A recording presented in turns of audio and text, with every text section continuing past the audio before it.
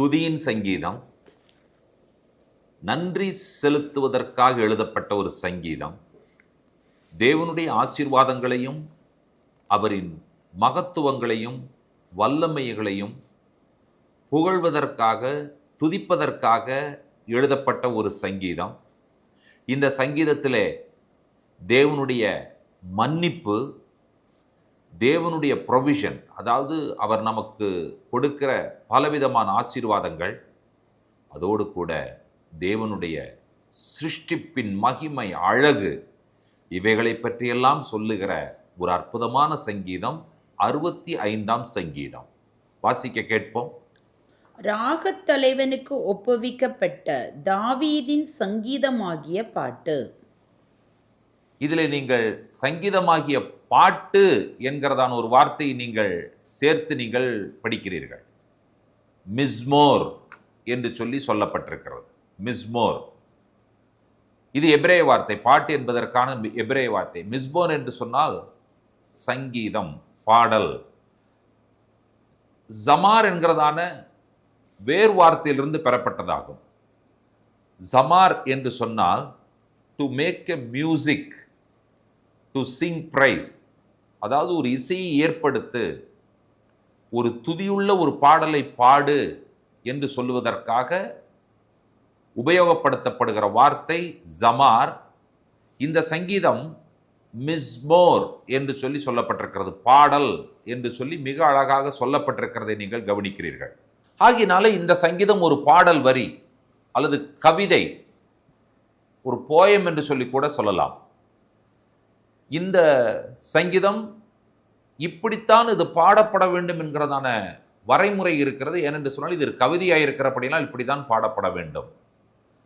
இந்த சங்கீதம் எப்பொழுது எழுதப்பட்டது, இதுவரைக்கும் எந்த வேத ஆசிரியர்களாலும் ஒரு தெளிவான ஒரு காரியம் இதை பற்றி சொல்லப்படவில்லை.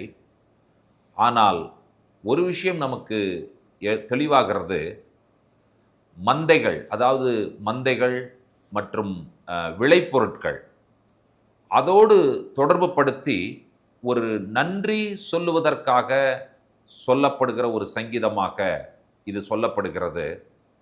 இதை ஆக்சுவலாக பார்த்தீங்கன்னு சொன்னால் ஹார்வெஸ்ட் ஃபெஸ்டிவல், அறுப்பின் பண்டிகை, அந்த பண்டிகைக்காக இலையுதிர் காலத்தில், இந்த ஃபால் சீசனில் கூடார பண்டிகைக்காக பாடக்கூடிய ஒரு பாடலாக இருக்கலாம் என்று சொல்லி வேதாகம ஆசிரியர்களின் ஒருமித்த கருத்தாக காணப்படுகிறது.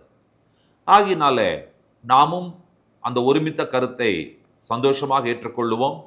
இலையுதிர் காலத்திலே, அதாவது ஃபால் சீசனில் வருகிற கூடார பண்டிகைக்கு விளைபொருட்கள், தானியங்கள், இவைகளோடு சம்பந்தப்படுத்துகிற ஒரு பாடலாக, கிரியேஷனை உள்ளடக்கிய ஒரு பாடலாக இந்த பாடல் இருக்கிறது என்பதை நாம் புரிந்து கொண்டவர்களாக இந்த சங்கீதத்தை தியானிக்க ஆண்டவர் நமக்கு உதவி செய்வாராக. வாருங்கள், சங்கீதத்தை தியானிக்க கடந்து செல்லலாம். இந்த சங்கீதத்தினுடைய ஆரம்ப வசனத்தை கவனியுங்கள். தேவனே, சியோனில் உமக்காக துதியானது அமைந்து காத்திருக்கிறது, பொருத்தனை உமக்கு செலுத்தப்படும். எப்ப செலுத்தப்படும்? இந்த கூடார பண்டிகைகளை கொண்டு வந்து பொருத்தனை செலுத்துகிற விஷயத்தை சொல்லுகிறார்கள். ஜெபத்தை கேட்கிறவரே, மாம்சமான யாவரும் உம்மிடத்தில் வருவார்கள். கூடார பண்டிகையில் உள்ள சேர்க்கப்படுகிற பண்டிகை. ஆக்சுவலாக எல்லாரும் உம்மிடத்தில் வருவார்கள். உம்முடைய பிரகாரங்களில் வாசமாயிருக்கும்படி நீர் தெரிந்து கொண்ட சேர்த்து கொள்ளுகிறவன் பாக்கியவான். உம்முடைய பரிசுத்தாலயமாகிய உமது வீட்டின் நன்மையால் நாங்கள் திருப்தியாவோம் என்று சொல்லி சங்கீதக்காரன் சொல்லுகிறதை நீங்கள் கவனிக்கிறீர்கள்.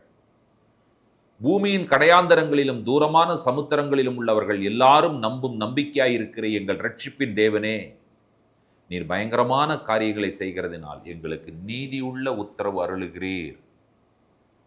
கடைசியில பார்த்தீங்கன்னு சொன்னா, இந்த சங்கீதத்தின் மூலமாக நாம் கற்றுக்கொள்ளக்கூடிய விஷயங்கள், நம்முடைய வாழ்க்கையில் கடைபிடிக்க வேண்டிய விஷயங்கள் என்று சொல்லி பார்க்கும் பொழுது, கூடார பண்டிகை என்று சொல்லும் பொழுது அந்த ரோஷ் ஹஷானா என்று சொல்லி அழைக்கப்படுகிற எக்கால பண்டிகையினுடைய அந்த மாதத்தில் வருகிற பண்டிகை என்பதை நாம் அறிந்திருக்கிறோம். கடைசி 3 பண்டிகைகள், இலையுதிர் காலத்தில் வருகிற ஃபால் சீசனில் வர்ற பண்டிகைகள். ரோஷ் ஹஷானா, அதை நம்மளுடைய வேதாகம மொழியிலே சொல்ல வேண்டும் என்று சொன்னால் ஹேக் ஷொஃபாரிம் எக்கால பண்டிகை, அதை தொடர்ந்து வருவது பாவ நிவாரண நாள் யாம் கிப்பூர், கடைசியாக வருவது கூடார பண்டிகை டேபர்னக்கல் சுக்கோத் என்று சொல்லுவார்கள். இந்த பண்டிகையில் அவர்கள் சொல்லுகிற விஷயத்தை கவனிங்கள். 11வது வசனத்தில், வருஷத்தை உம்முடைய நன்மையால் முடிசூட்டுகிறீர், உமது பாதைகள் நெய்யாய் பொழிகிறது. ஆண்டவரே, இந்த வருஷத்தை நீர் உம்முடைய நன்மையினால முடிசூட்டுகிறீர், பாதைகள் எல்லாம் நெய்யாய் பொழிகிறது என்று சொல்லி சங்கீதக்காரன் சொல்லுகிறார். அந்த பாதைகள் நெய்யாய் பொழிகிறது என்கிறதான விஷயத்தை அவர் எங்கே ஒப்பிடுகிறார் என்பதை நீங்கள் கவனித்தீர்கள் என்று சொன்னால், வனாந்தர தாபரங்களிலும் பொழிகிறது, மேடுகள் சுற்றிலும் பூரிப்பாய் இருக்கிறது. கர்த்தர் பொழிவார் என்று சொன்னால் அந்த பொழிவு எந்த இடத்தையும் தப்ப விடாது. எல்லா இடத்திலும் கர்த்தருடைய பொழிவு இருக்கும். உமது பாதைகள் நெய்யாய் பொழிகிறது என்று சொல்லப்பட்டிருக்கிறது இல்லையா? அதாவது நீங்க இந்த சங்கீதத்தினுடைய இந்த வசனங்கள் நமக்கு ஒரு விஷயத்தை ரொம்ப ஆச்சரியமாக சந்தோஷமாக சொல்லுகிறது. என்னுடைய வாழ்க்கையின் வறட்சியான பகுதி என்று ஒன்று இருக்கும் என்று சொல்லி நீங்கள் எண்ணுவீர்கள் என்று சொன்னால், அந்த வறட்சியான பகுதியிலும் கர்த்தருடைய காரியங்கள், கர்த்தருடைய விஷயங்கள் என்மேல் பொழியுமா, அந்த சூழ்நிலையில் பொழியுமா என்கிற கேள்விக்கு நிச்சயமாக பொழியும். அதனால் தான் இங்கே சொல்லப்பட்டிருக்கிறது, வருஷத்தை நன்மையினாலும் முடிசூட்டுகிறீர், உமது பாதைகள் நெய்யாய் பொழிகிறது என்று சொல்லும் பொழுது, வனாந்தர தாபரங்களிலும் பொழிகிறது, மேடுகள் சுற்றிலும் பூரிப்பாய் இருக்கிறது, மேய்ச்சலில் உள்ள வெளிகளில் ஆடுகள் நிறைந்திருக்கிறது, பள்ளத்தாக்குகள் தானியத்தால் மூடியிருக்கிறது, அவைகள் கம்பீரித்து பாடுகிறது. கர்த்தர் ஒரு காரியத்தை செய்வார் என்று சொன்னால், அவருக்கு வனாந்தரம் என்று இல்லை, வயல்வெளி என்று இல்லை, பள்ளம் அல்லது மேடு, உயர்வான பகுதி, தாழ்வான பகுதி, செழிப்பான பகுதி, வறட்சியான பகுதி, இவைகளெல்லாம் ஆண்டவருடைய பார்வையில் ஒன்றுமே இல்லை. எல்லா இடத்திலும் ஆண்டவரால் கிரியை செய்ய முடியும். எல்லா வேளைகளிலும் ஆண்டவரால் கிரியை செய்ய முடியும். எல்லா சூழ்நிலைகளிலும் ஆண்டவரால் கிரியை செய்ய முடியும். என்னுடைய வாழ்வின் எல்லா பகுதிகளிலும் ஆண்டவரால் கிரியை செய்ய முடியும் என்பதை இந்த கால வேளையிலே உணர்த்துவதற்காக இந்த சங்கீதத்தை நாம் தியானித்துக் கொண்டிருக்கிறோம். பிரியமான தேவனுடைய பிள்ளைகளை, வருஷத்தை நன்மையினால முடிசூட்டுகிறேன் என்று சொல்லும் பொழுது, வருஷத்தினுடைய 365 நாட்களும் ஆண்டவரால் நன்மையால் முடிசூட்ட முடியும். அதுதான் வருஷத்தை நன்மையினால் முடிசூட்டுவது என்பது. வருஷத்தினுடைய பாதி மாதங்களில் ஆண்டவர் முடியும், பாதி மாதத்தில் முடியாது. ஒரு சில மாதங்களில் முடியும், ஒரு சில மாதங்களில் ஆண்டவரால் முடியாது என்பதல்ல. நேற்று முடிந்தது இன்றைக்கு முடியும், நாளைக்கு முடியும், எல்லா நாளும் ஆண்டவரால் முடியும். என்னுடைய வாழ்க்கையிலே, என்னுடைய வாழ்வின் அனைத்து வருஷங்களிலும் உம்மால் நன்மையினால முடிசூட்ட முடியும் ஆண்டவரே என்கிற காரியத்தை வாயின் வார்த்தையாக, இருதயத்தின் தியானமாக இந்த காலை வேளையில தேவனிடத்தில் அறிக்கை செய்யும் பொழுது, பள்ளங்கள் என்று இல்லை, மேடுகள் என்று இல்லை, வனாந்தரம் என்று இல்லை, வயல்வெளி என்று இல்லை, நம்முடைய வாழ்க்கையின் எல்லா பகுதிகளிலும், எல்லா சூழ்நிலைகளிலும், எல்லா நாட்களிலும் நன்மையை பொழிய பண்ண நம்முடைய ஆண்டவர் போதுமானவர் என்பதை இந்த சங்கீதக்காரன் நமக்கு உணர்த்துகிறார். நன்மைகளை பொழிகிற ஆண்டவரிடத்துல நம்முடைய ஆவி ஆத்துமா சரீரத்தை ஒப்பு கொடுத்து ஜெபிக்கலாமா? பரிசுத்தமுள்ள பிதாவை, ஆசீர்வதிக்கப்பட்ட அற்புதமான காலை பொழுதிலே வனாந்தரத்திலே உம்மால் பொழிய முடியும்.